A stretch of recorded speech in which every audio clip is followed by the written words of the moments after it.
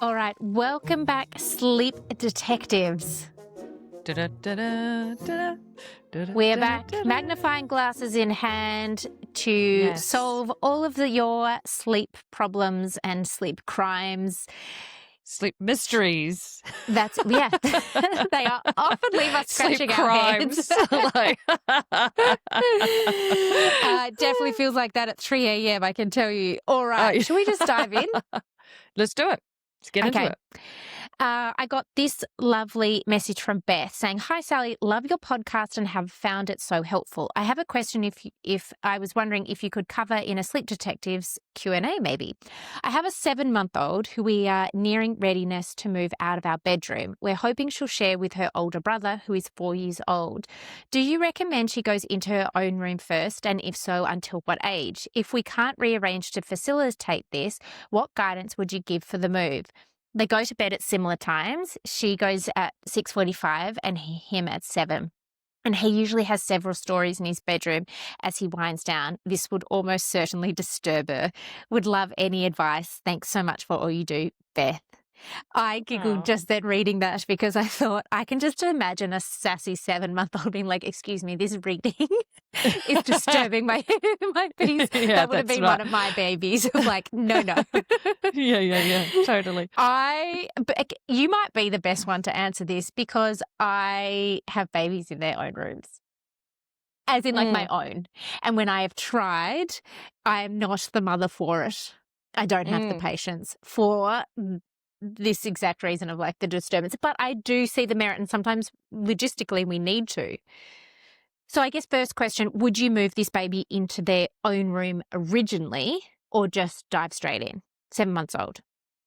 Oh, look, I'm in the camp of if there's a room for your baby to go into, then I would absolutely move them into their own room first.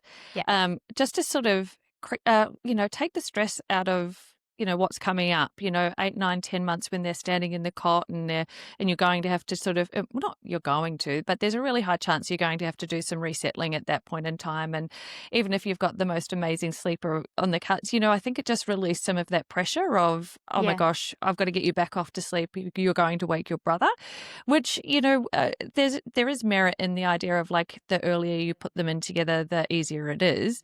However, a lot of families that I work with want to move their babies into rooms with toddlers or siblings because they want to keep a room available for guests that might come to stay. Or maybe it's the home office or whatever and so forth, which, yes, they all have their place and so forth. But if that's the case, and I try and sort of encourage families to think about your guests might only come and stay once in a blue moon, but you've got your baby there that could potentially have that room the majority of the time, and then when the guests come, they just move in with the sibling at that point. I don't know if that's making sense. I would if they've got an opportunity to have their own room, I'd make sure everything's nice and schmick and smooth, get through some of those regressions that might be cropping up, and then maybe transition to a room together once they're a little bit older. The first thing I always think is, are there any sleep issues we need to iron out first? I would never do that as part of the move, that maybe that this will be the fix, having someone, and not, this isn't implied in this particular question, but that does sometimes come up of, I really want to get them out of my room, but we've still got X amount of wakings overnight or a 5 a.m. start or just things not tidy. And then it's not going to improve once we add another child into the mix generally. So even if you then moved baby into their own room to fix the problems, maybe do a little bit of sleep training, a little bit of nap training, and then once you're like, okay, I feel rock solid in this and my mother-in-law's about to arrive and she needs a room, great, then you can make the transition if and when you're ready, but definitely not if there's still sleep issues. Yep, I agree. I think this family's in a great position where there's an option. So yeah. If there was no other option and you wanted to get your little one out of the room, so this is just a sideways thought bubble, if you're room sharing with your 7-month-old and the only other option is to go into the bedroom with the 4-year-old, then what we would typically do is if we needed to do work, then we would move the baby into the room and then the toddler would move out for a couple of days. Yes. For a couple of days while we sort of do a little bit of the sleep work to get things back on track. Yeah. And then we would move them in together and work on it that way. But that's a sideways. That's a different question, I guess.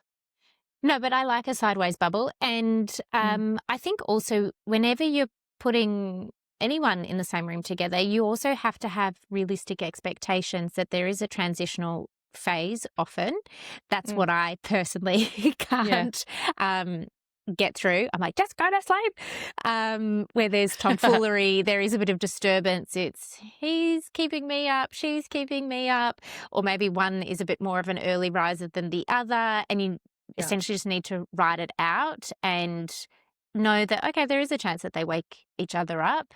And you almost need to look at it like twins where, well, we better do it, if we treat them as one and we just resettle the same way, then they will adjust and increasingly learn to sleep through the blips that each other have. But some realistic expectations always goes hand in hand. Well, I think it's really incredible how siblings can sleep through so much. It's when wild, they're room sharing. Yeah, like I'm always blown away. Because I set realistic expectations for my family. It's like they all know I don't sugarcoat things. I'm like, this could go absolutely tits up, like overnight, and like we have to come up with a rock solid plan of like how we're going to tackle a response to both children waking. But maybe the 7-month-old has woken overnight. There has to be some resettling. They've gone in and then, and like it's been full blown, but the toddler hasn't woken. And the 4-year-old has just snored on. Yeah, absolutely. Yeah. So it's, it's interesting. So don't be worried. I think that the key is not to be worried about room sharing, but if you've got options, I would avoid it. Bec's true colours are now showing. So funny. Just call a spade, Bec. You wouldn't do it if you didn't have to. You're more like me. Yeah. All right. Here we go. Should an 8-month-old, this is a baby that's transitioned to 2 naps, be on 2 1.5-hour naps or a 45-minute and a 1.5 to 2-hour nap? You go. I think it depends. There are this is a horrible saying, but there's many ways to skin a cat.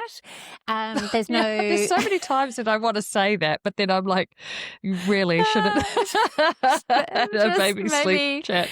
Yeah, maybe we just edit that out. There are many ways to distribute sleep totals. How's that? Is that a more PC way?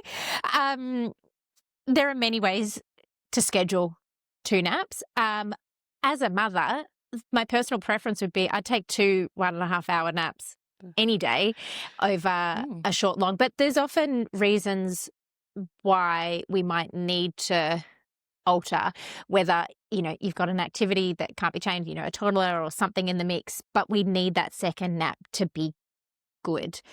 Or if you've been trying the 2 1.5-hour naps and for whatever reason that second nap just really struggles to consolidate, sure, maybe we trim down nap 1 to give the sleep pressure back to nap 2. Or another reason might be a long first nap can sometimes contribute to early rising because they get to catch up and take this long chunky nap. So I would always start by offering the 2 1.5-hour naps. You've got a very well-rested baby in the morning, a very well-rested baby going into bedtime. But, of course, there is always wriggle room. I try and encourage families to start with that. I call it like the original, the OG. The OG. The two OG 90-minute schedule. ones. Yeah. And I do that just because you aim for that so that then we can get the new feed schedule on track. So, as we drop to 2 naps, we drop to 3 feeds through the day. So we want to sort of just line everything up perfectly. Yep. But typically what will happen is your little one will tell you what they prefer. And so you'll get really clear signs of, okay, they might take that 90-minute, like you were saying, 90 minutes in the morning, but then they're like, it's a dud 40-minute nap in the afternoon. Yes. In which Yep. case it tells you very clearly we need to cap nap 1. Yep. So to Can I just preserve jump nap in 2. there, though? I wouldn't do that just if it happens once. Oh, Like, no, I no, don't no. just This would take be, this is like yeah. we need a recurring pattern to emerge Exactly. here. Yeah, I'm glad you said that. But then there's also, if you've got siblings and so forth that are in the mix, you might have to just sort of manipulate your day to have a 45-minute nap in the morning. Yep. So get onto the schedule first using the 2 90 minutes, then manipulate your day with the scheduling and so forth, and then stay steady with that. Get the Do lay of not the land float. first. Yeah, 100%. You do not want to be floating between different types of schedules through the day. No. You want to avoid that. And also, I would want to avoid the mental load of like on Tuesdays and Fridays and Saturdays we do this, and then I have to do this week. No, we just do one or the other. Okay, this was a question on Spotify to one of our previous Sleep Detectives questions. Says, hello, our family always gets up at 6 a.m. for a walk together. That sounds so lovely. Oh, that's nice. Bedtime is closer to 7:30 as it gives my husband time with our little one. So at best, it's 11 hours overnight. Should I be adding an hour more during the day, or is it okay she always has a little less night sleep each night? Now, the only thing that's missing is that I'm not sure how old this baby is.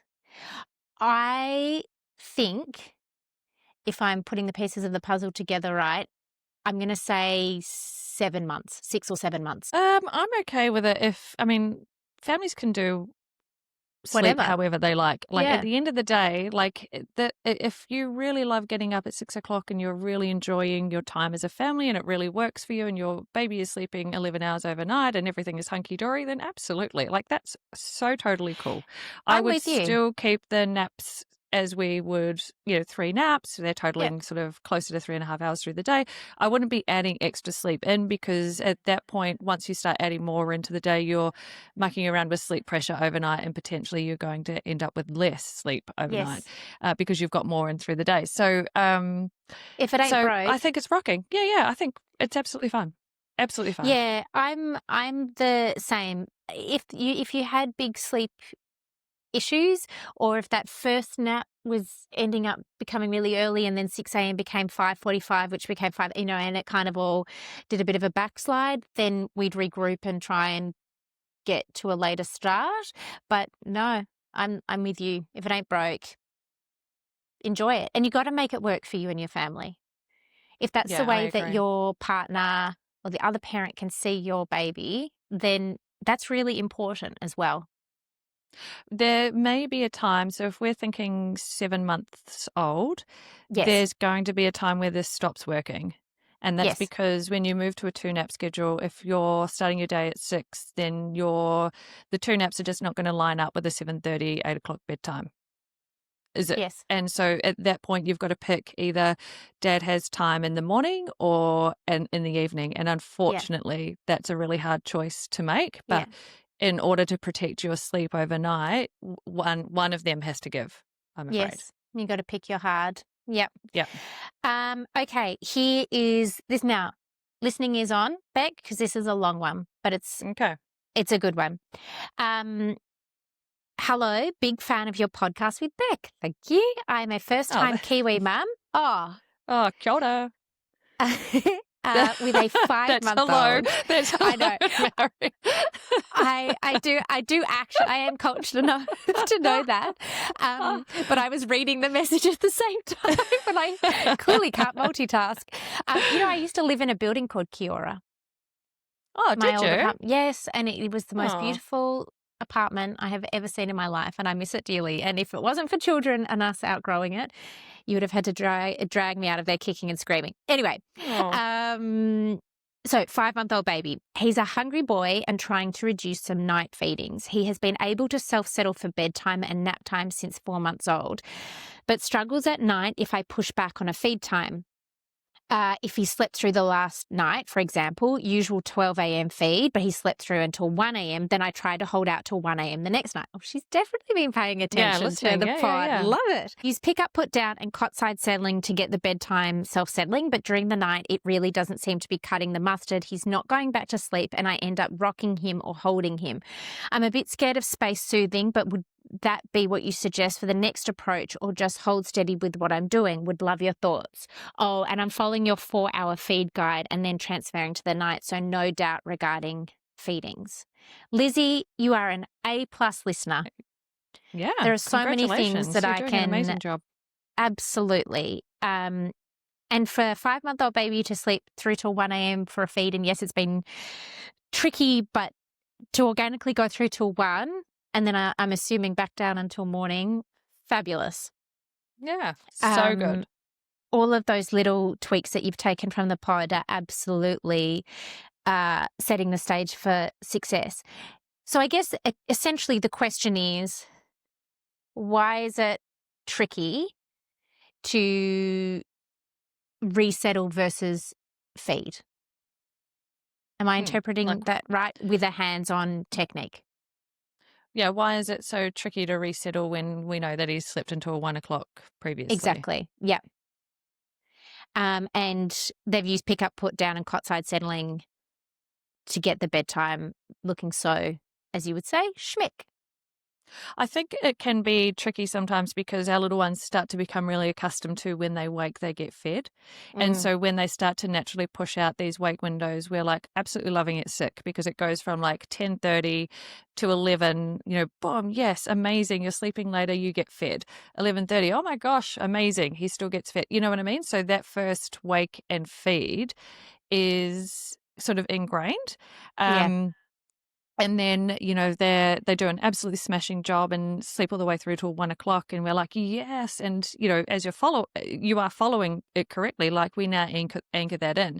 Yeah. But 12 o'clock is a transition stage. So for babies who have gone through the 4-month regression, their deep sleep phase is between bedtime and midnight. So the first 5 to 6 hours.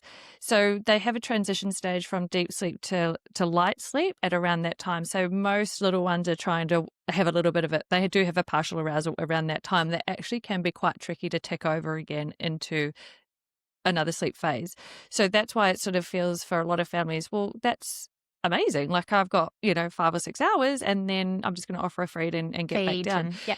But when you've had that feed go a little bit later and, he's had a great night where he slept till 1, that's why a resettle before 1 o'clock, like that 12 o'clock can be really quite tricky to get done easily because they're like, but one, when I wake, you feed me, and two, I've now entered my fragile stage, and so now this I'm a is little really bit tricky fussier. for Like me. it's really hard, yeah. So those two factors are a big player in the resettle. And then I think if we throw in that it's tricky for parents in the middle of the night versus settling for the nap or even bedtime, when we're awake, we have capacity, and we know babies are tired. When we at midnight, like chances are you've already been asleep for a couple, like it feels harder. Yeah. Crying feels louder. A minute feels like 10 minutes. It just, everything feels a bit, and then that doubt starts to creep in. Like, what if they are really hungry? And maybe I'm doing sleep work through genuine, like, it's so easy for us to doubt ourselves in the middle of the night versus 7 p.m. when we're like, we've got this. So essentially what you're saying, Beck, is write it out.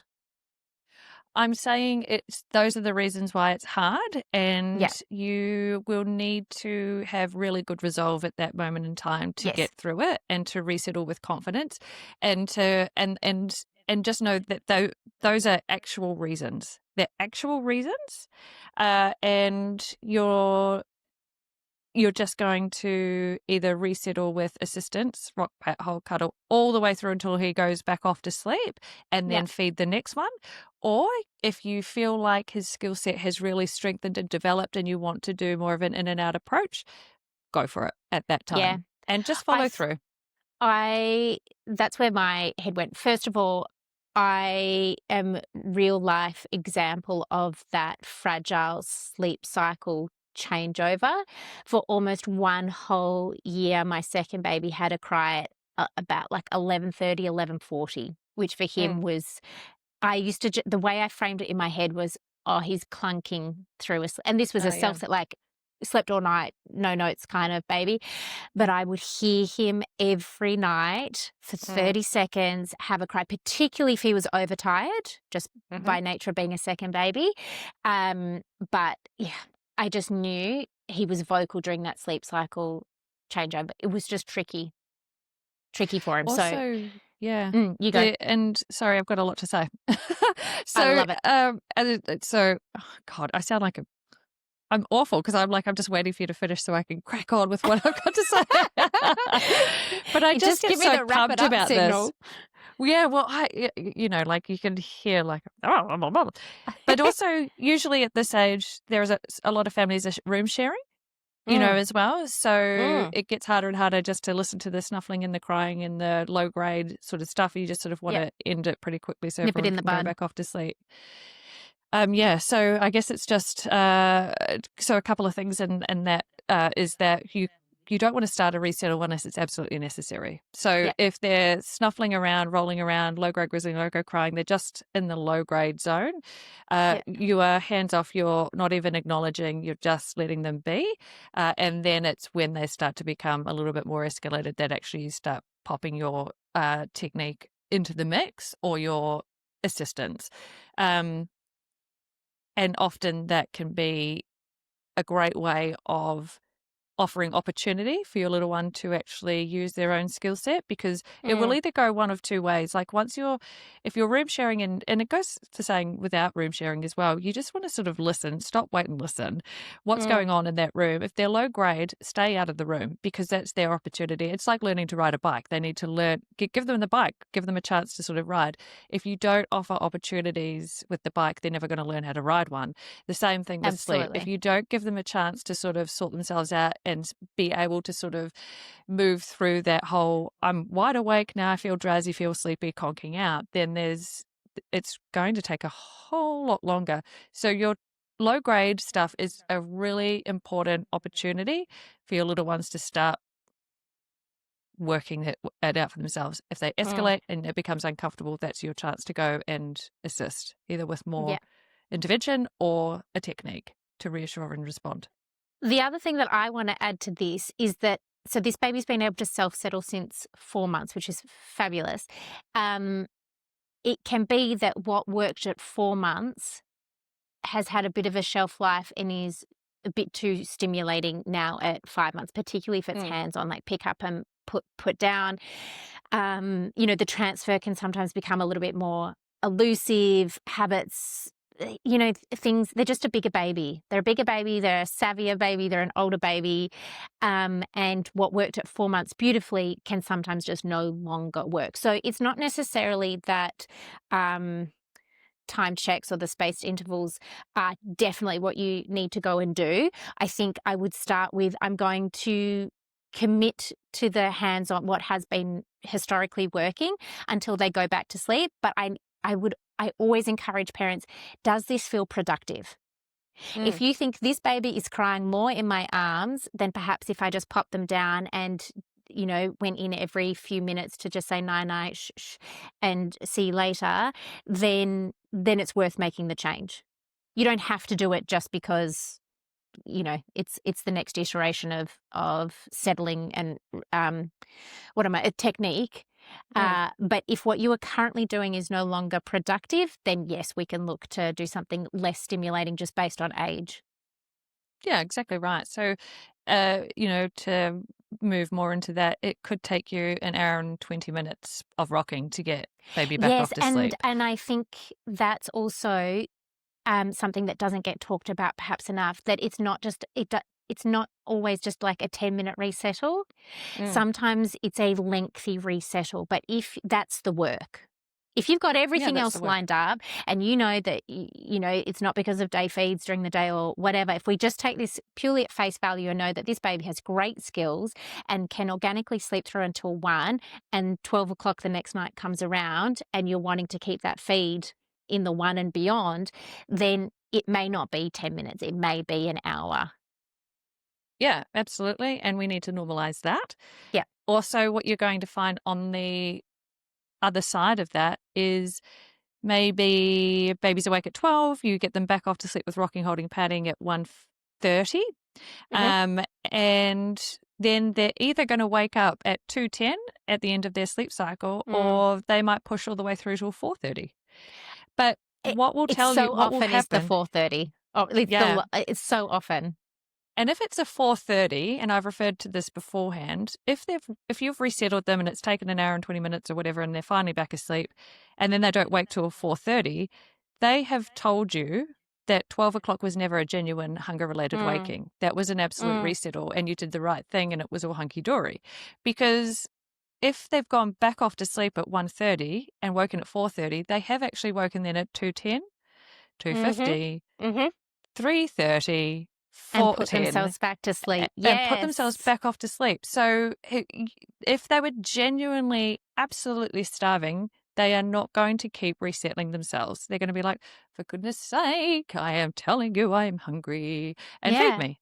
Right. Do you So it's remember just having those moments. I had this scenario, I said it on another episode, but it is worth bringing this story back because it is case in point, is that we had a 5-month-old baby and we had a two feed overnight plan. And that first feed, so dad's on overnight feeds whilst mum tries Mm. to get some sleep. And Dad didn't check the time and thought it was a resettle, not a feed. And it literally took 4 minutes. And so went in, did a shush, shush, pat, pat, out he went, stumbled back to bed. And then that baby did not wake until the fours. Wow. And Incredible. and it was purely by accident. Mm. But how incredible to see that. And it's Yeah. so much better when parents can they know what it feels like. They've done it, even if it's by Mm. accident, a very happy Yeah. accident, rather than a sleep consultant on the other side of the phone or the other side of the screen saying, no, your baby can definitely go through till 4:30 because they showed you the night before and this is what you're going to Yes. do. That Yeah. you got to feel it sometimes, Mm. and have an experiment. A lot of baby sleep is trial and error, Yep. and I bet you babies surprise me constantly and their parents. Mm. I It's would, that you've got to back yourself. You've got to back yourself in this moment. And yeah, you, green lights are what we're looking for. So yeah. 1 a.m. is a green light that, okay, cool. I can organically sleep all the way through to 1 o'clock. If baby wakes at 12, I know it's sort of like, well, what's the difference between an hour? But then 12 o'clock, then the following night might be 11:30. And then we're doing Yes. a sort of slippery slide. So take the Yeah. Yeah. green light, anchor that feed in, and then and then hold that so that Move you're doing the forward. reset, moving forward, back Yeah. yourself, back your baby. And you're doing this in And an age appropriate way at 5 oh, months. yeah, yeah, yeah. Absolutely. Absolutely. Yeah. So you will all know that Sally and I are not in the camp of let's just, 12-week-old, we ditch all feeds through the night. Like we are No. always working with our little one's ability We bring feeds and back needs. in. We bring them in. Yeah, Yeah. but yeah, it's one of those things where if you're wanting to hold something, you've got to back Mm. yourself, you've got to back your baby, go for it. Yeah. And it's usually just that first one, and then that you'll breeze through the subsequent nights. This is Not true. only because you've seen your baby sleep so much longer, you'll be like, yes, exactly what Beck was Yeah. saying. It wasn't genuine hunger. But also, sorry, you go. No. I was just going to say, and also it may it may not look amazing. You know what I mean? Like it may not Yeah. look like that night when you were like, oh my gosh, it's doing like blah blah blah. The following night, though, Yes. the following night is when you see the magic happen. So Yeah. then, okay, so you were doing a full hour and a half resettle at, from midnight onwards. And then, the next night they don't wake until 2 o'clock. You know what I mean? Mm. So it's like like the effort that you've put in, your hard work that you've put in, your future Pays self is off. loving you for it. Yeah. Yep. I love that. I have another question. Maybe we use this to wrap up today's episode, because I think I'm really interested in your take on this, Bec. And this came through one of my question boxes and is quite a new one, a unique one. And I suspect a lot of listeners may have felt like this at some point. So the question says, I have tried a few sleep consultants and sleep school. Is it possible my bub may not be able to self-settle? I know I felt almost defeated for them, because they've clearly tried and outsourced and, done all the things that we say to do, which is to reach out for help and invested time in this. Let's both answer. Maybe we say it at the same time. Is it possible? No. How do I frame the question? Do you think a baby can just not, like an otherwise healthy baby can just not be able to self-settle? 3, 2, 1. No. No. Absolutely not. There is hope. Agree. Oh my goodness. I just want to reach through my phone and be like, let me do it. Yeah. Pick me. I'll show you. Yeah. No. And my answer in the stories was that I personally am yet to work with a baby who has not then been able to learn to self-settle, which does sound like a convenient answer from a sleep consultant. but it's true. I mean, we wouldn't have repeat clients and families coming back to us or word of mouth or anything if that wasn't possible. What do you think might be going on? Or what's your take? Oh, absolutely.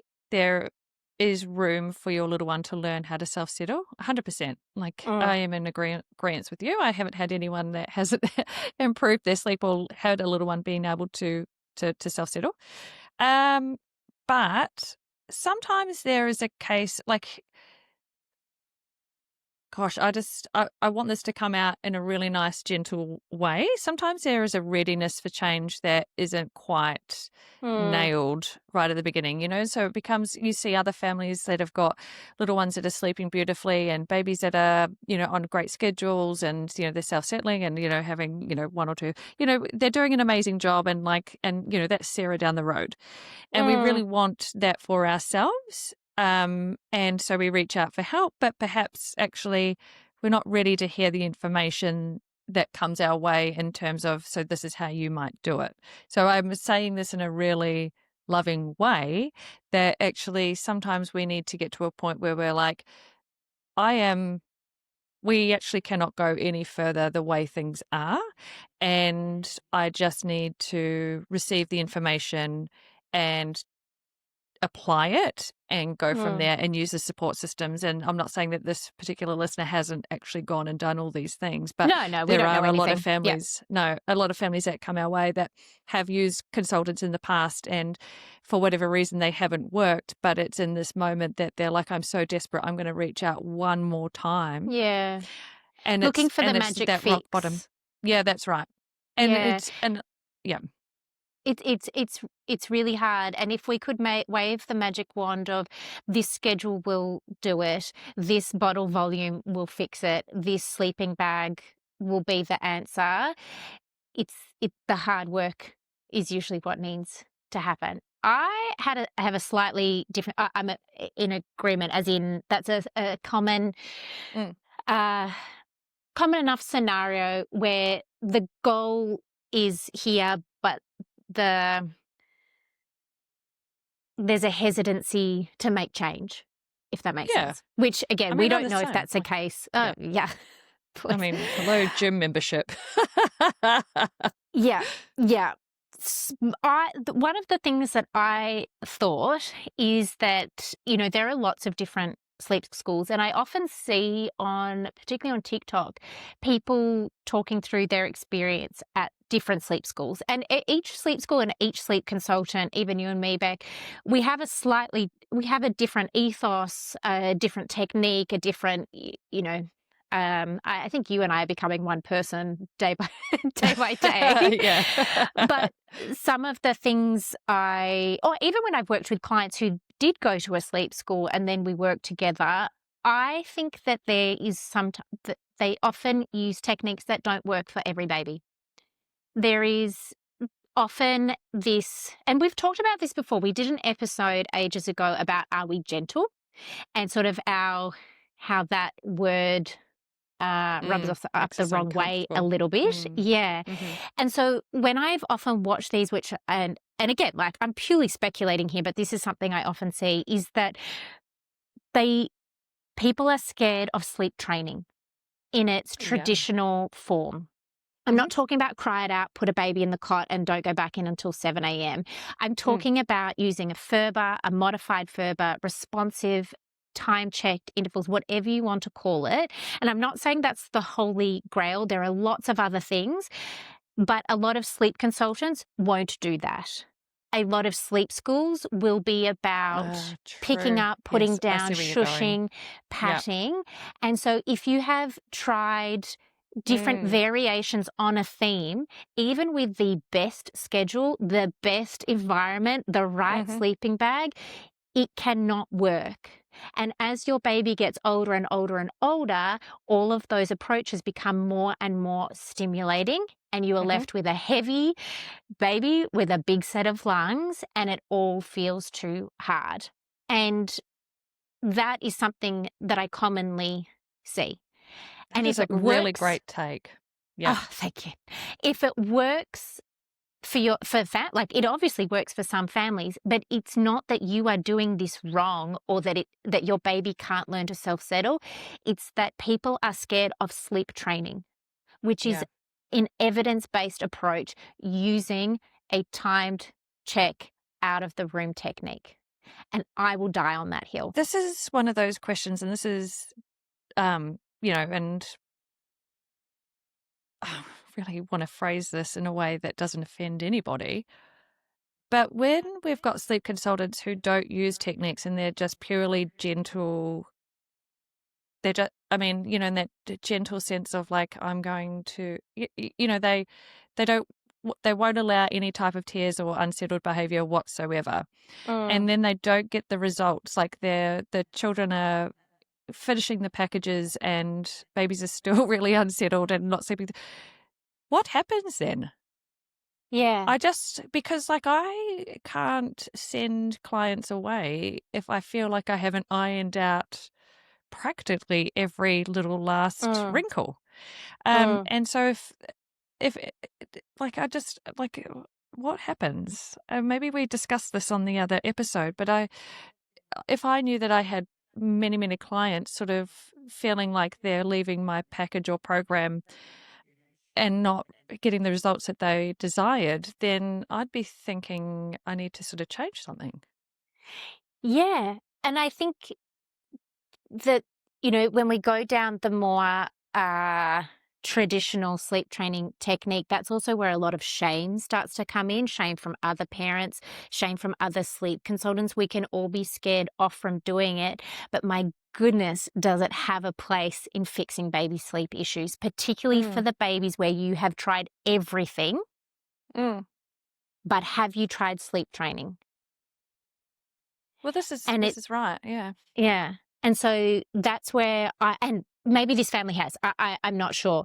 But that's where my head went, is if you've used other sleep consultants, because sleep consultants get scared off it as well.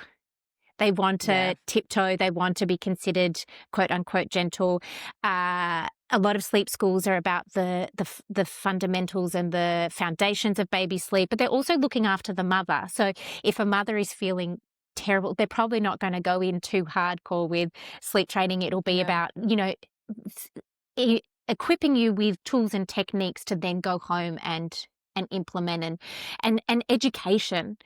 Whereas I think there is a place for, but have you tried sleep training with our schedules, our feeds, our environment, get everything and then in conjunction. Yes. And then try sleep training. Or perhaps if we flip that on its head, you've tried sleep training, but the scheduling, like everything else is not right, in which case it's a recipe often for just long, hard tears and parents understandably throwing in the towel. It's a dance.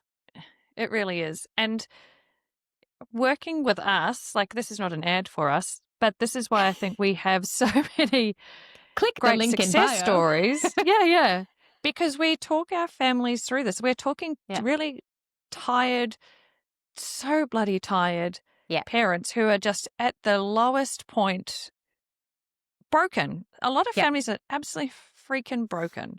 Yeah. And they need hand holding, and they need to be told why they're doing it, and they need to feel like it's going to be worth it, and that they see the results really quickly, because they need consistency, because they don't want to be toyed around with for weeks and weeks saying, oh, shush, pat, rock, hold, do all the things for 7 to 9 days, and then you've only got a 2-week package. Like, we work really quickly to make sure that things line up really fast. And like I'll always say, 75% of our sleep work is actually in the scheduling, and the last little bit is like the icing on the cake is the sleep training side of things. But it can't be the icing on the cake if you don't have everything lined up and you understand exactly why you're doing the things that you're doing. And so that's where, if you're doing sleep packages and online, you've joined things online and you're not really getting a good crack at understanding the why, it can be really hard to follow through. Yes, the why is really important, and that's where the coaching aspect comes in. Interesting, and this is going to sound like an ad, and not at all, because there is a point, so bear with me, is I recently finished 2-week packages, one with a 7-month-old and one with an 8, almost 9-month-old, and they both very kindly left 5-star Google reviews. And when I read them, there was a common theme between both, which was the support when things felt hard. Yeah. So it wasn't about, there is so much to baby sleep and sleep training and our packages, but it's so important to feel supported through those real life struggles, the moments where you do want to throw in the towel, the moments where things haven't gone to plan, the education, the empowerment, the why that you've just been talking about. That is such a huge part of our job. And this is why we have this podcast. Hopefully there's a whole lot of why, even just in these episodes, to say, yes, this is really hard. But also, in this, if my take was correct, let's say, and they've been trying lots of quote unquote gentle, this is why it may not have worked. Or you've been trying sleep training, this is why it may not have worked off those wake windows. We got to look at it. We want to support you. And that's what I think is sometimes missing. Yeah, and connection to who you're working with can make a huge difference. Absolutely. There's nothing better than having, like talking to my clients of a morning, like listening to how the night went, having a bit of a joke and a laugh, like just, I was just about to say, having a laugh. The ones where you can message and you know that they know that you know. Know. And you send just the right gif at the right time. Yeah. And it can really lighten a mood, and we're the type of people that you might have had 8 things go brilliantly, over a 24-hour period, but you've had one absolute doozy of a resettle overnight, and parents will often just focus on the doozy that's happened. All eyes on the doozy. All eyes on the doozy, and it's up to us to make sure that we're always focusing on the positives. What has gone right. Let's circle back to the positivity, and making sure that we're always sort of taking the next leap to the next sort of thing that we've got to sort of work on. But you've got to click with the person that you're working with, because that's ultimately you're going to hear the information differently. You're going to respect the information, and you're going to want to start implementing it, because you want to make sure that when you're talking to your consultant or messaging them or whatever it might be, that you're showing up. You're showing up, and everyone is a team. It's the personal trainer there at 5 a.m. when you're like, oh my goodness, totally. I have to turn up. Yeah. So so someone cheering you on. My new favorite emoji, particularly when we start on nap training and a baby rolls over at the 45-minute mark and looks like they're putting themselves back to sleep, and neither the mum nor I want to make eye contact, is those two just like giant eyes of like nothing to see, not looking, do not make eye contact, but I'm really watching. That's like, don't I love move, sending don't move. one of those at 1:15 p.m. I'm like, whoop. I know, it's so good. So well, good. hopefully, we could almost do a whole episode on that sort of topic alone, because there's so many theories and angles and takes. I think fundamentally you and I both, it's a absolutely, can a baby learn to it is a teachable skill, and I think that's something, a nuance that is often missed even by other sleep consultants and sleep schools, is it sometimes needs to be taught, not just let it unfold with hopes and wishes. That some hard work is often required. We may have missed the mark completely and just totally in that message, so feel free. We might have totally like girls. Yeah, hang on. Yeah, that's really serious. Hang up the cats. You're done with this. You got no idea what you're talking about. But yes, if you are feeling like that and it's feeling a bit doom and gloom and despair, we are here to help in any capacity, even just by answering that question. Hopefully there's some solidarity and some hope, because absolutely, can a baby learn to self-settle? Yep, I agree. Excellent. All right. I think that's us for Nap Trap. Oh, no, wrong episode. We're on the sleep detective train. Sleep detective. Remember, we're solving all mysteries today. Oh, yeah, these crimes. I'm giving up. I've sold enough crimes. We need another coffee. Yeah, definitely. We will see you on the next episode of Sleep Detectives. Bye. See ya. Bye.